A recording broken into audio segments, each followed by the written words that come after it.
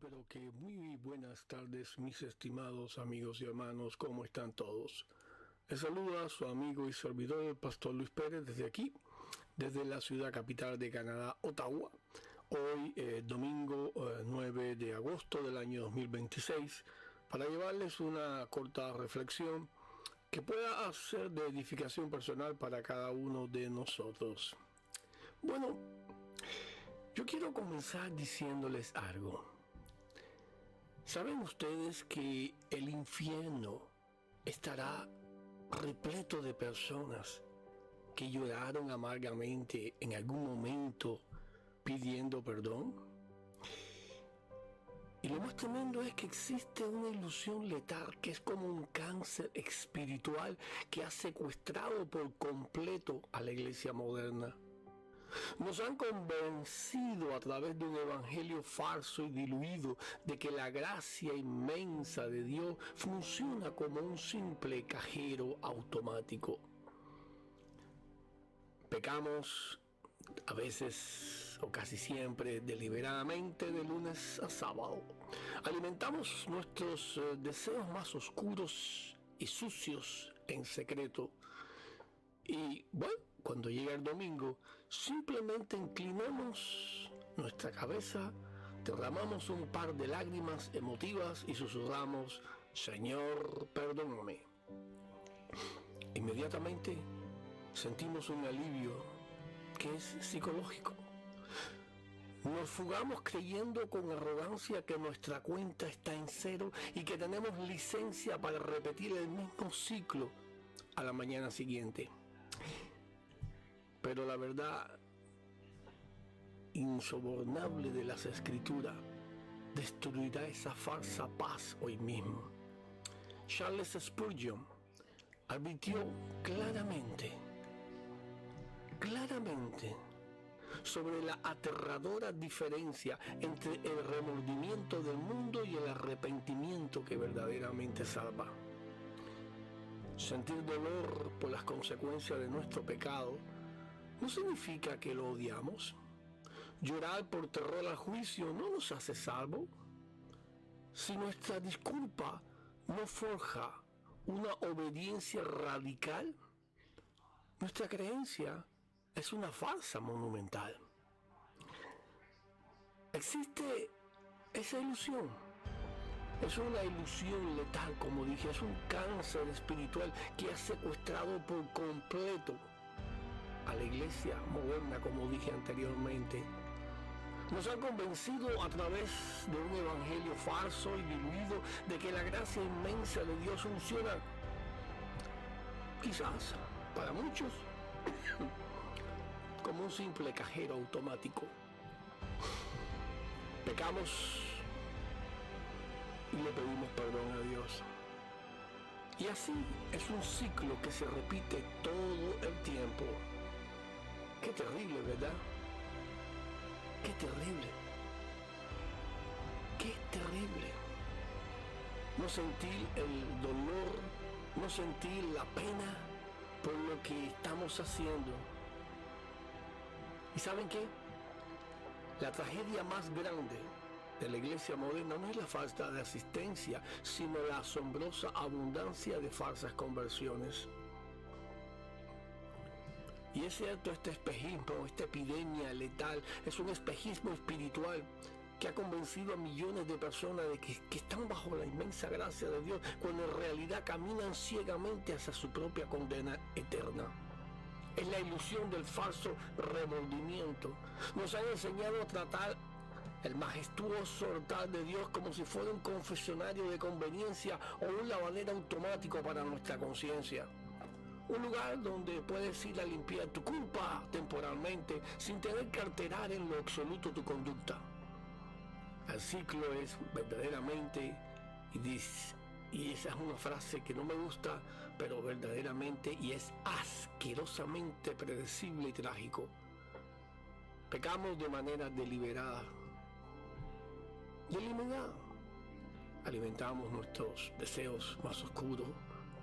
Nos sumergimos en la vanidad, en la lujuria o el orgullo y disfrutamos cada segundo de nuestra iniquidad en secreto. Y repito, cuando llegue el domingo, la culpa terrenal nos alcanza. Nos alcanza. Y esa ofensa infligida a Dios, que es un Dios que dice su palabra las 3 veces santo. En lo más oscuro de nuestra mente, seguimos armando desesperadamente nuestra iniquidad. Yo estoy seguro que si Dios nos garantizara hoy mismo que no hay infierno ni disciplina, volveríamos a nuestro pecado corriendo y con una sonrisa. Y estimados, esto no es arrepentimiento, es un engaño diabólico que nos arrastra hacia el abismo para erradicar por completo la excusa barata y blasfema de que Dios conoce mi corazón y ve mis lágrimas, como dicen muchos. Y aquí es donde está el punto. Debemos examinar la anatomía del falso arrepentimiento a través de 2 de las tragedias espirituales más aterradoras registradas en las Escrituras. El majestuoso tribunal del cielo no se deja manipular por nuestro desespero emocional. Si creemos que llorar frente a un altar nos garantiza la salvación, estamos caminando ciegamente hacia nuestra propia condena eterna. Y miremos este primer caso clínico. Esaú.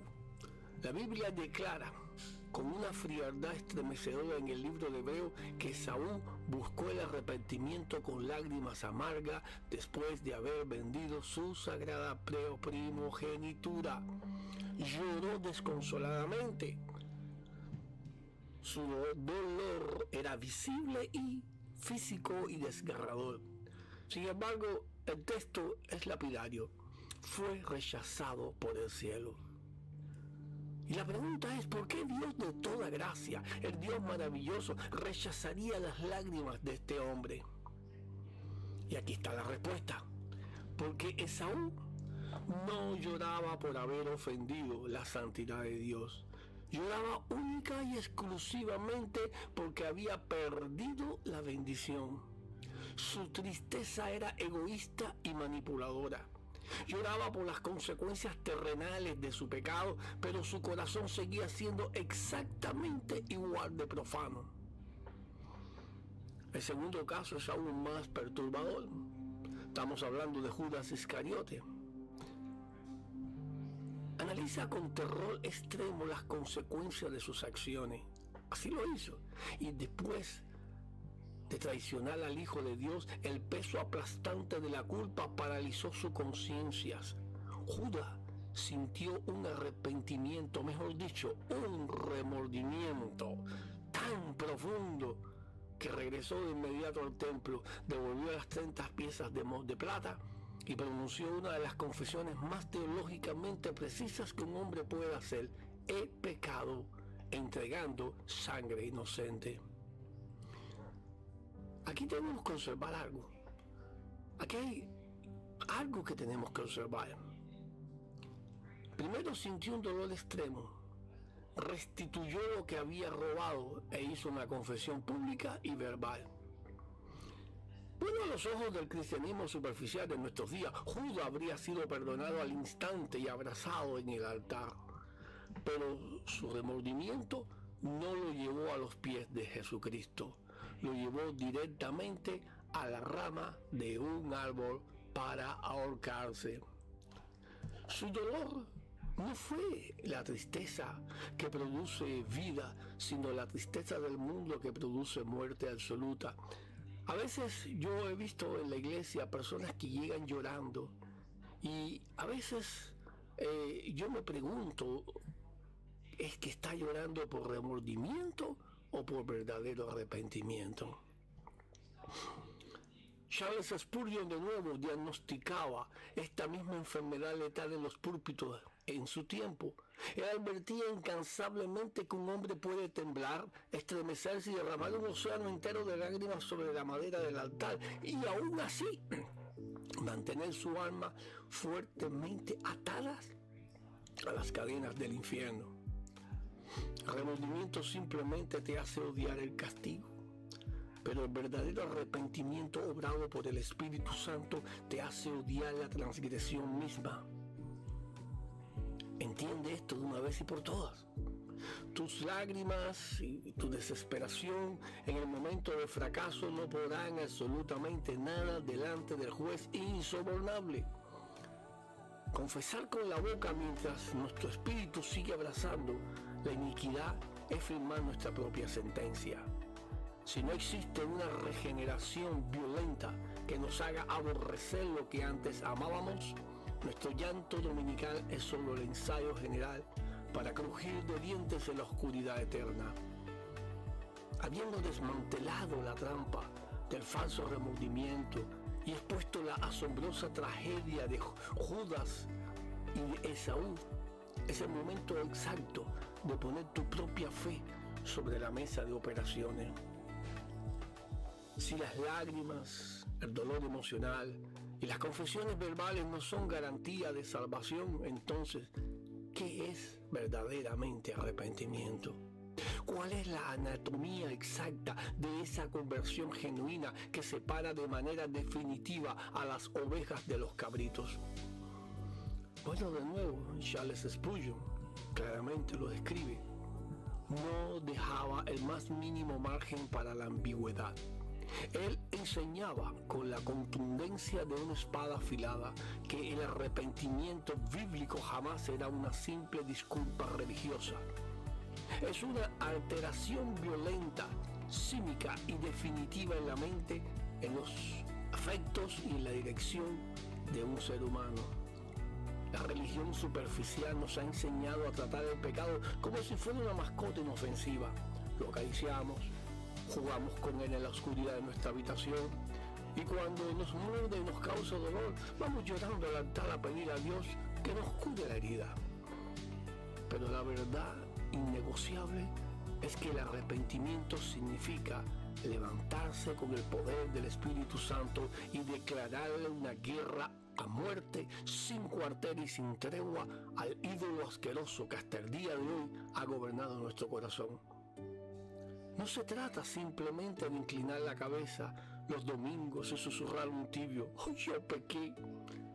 Se trata de aborrecer la iniquidad con la misma intensidad letal con la que el Creador la aborrece.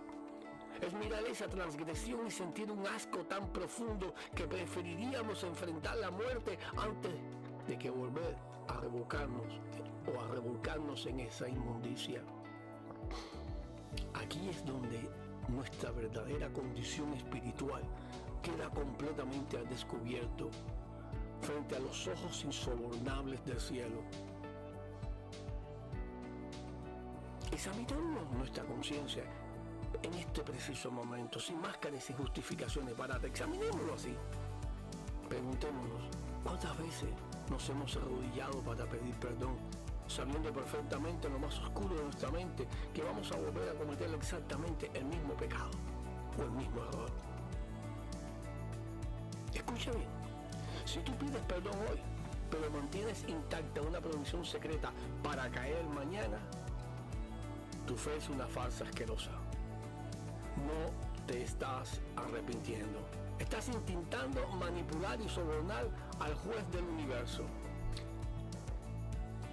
Si tu respuesta, si tu supuesto arrepentimiento no genera una crucifixión violenta de tus pasiones carnales, es la prueba irrefutable de que el Espíritu Santo no habita en ti. Hasta aquí esta corta reflexión. Creo que todos debemos meditar en ella, creo que todos debemos analizarnos y pedirle a Dios que nos ayude, que Él sea con nosotros, que la paz de Dios esté en esta tarde y siempre con nosotros. Y recuerden, un día tenemos que enfrentarnos a Él cara a cara.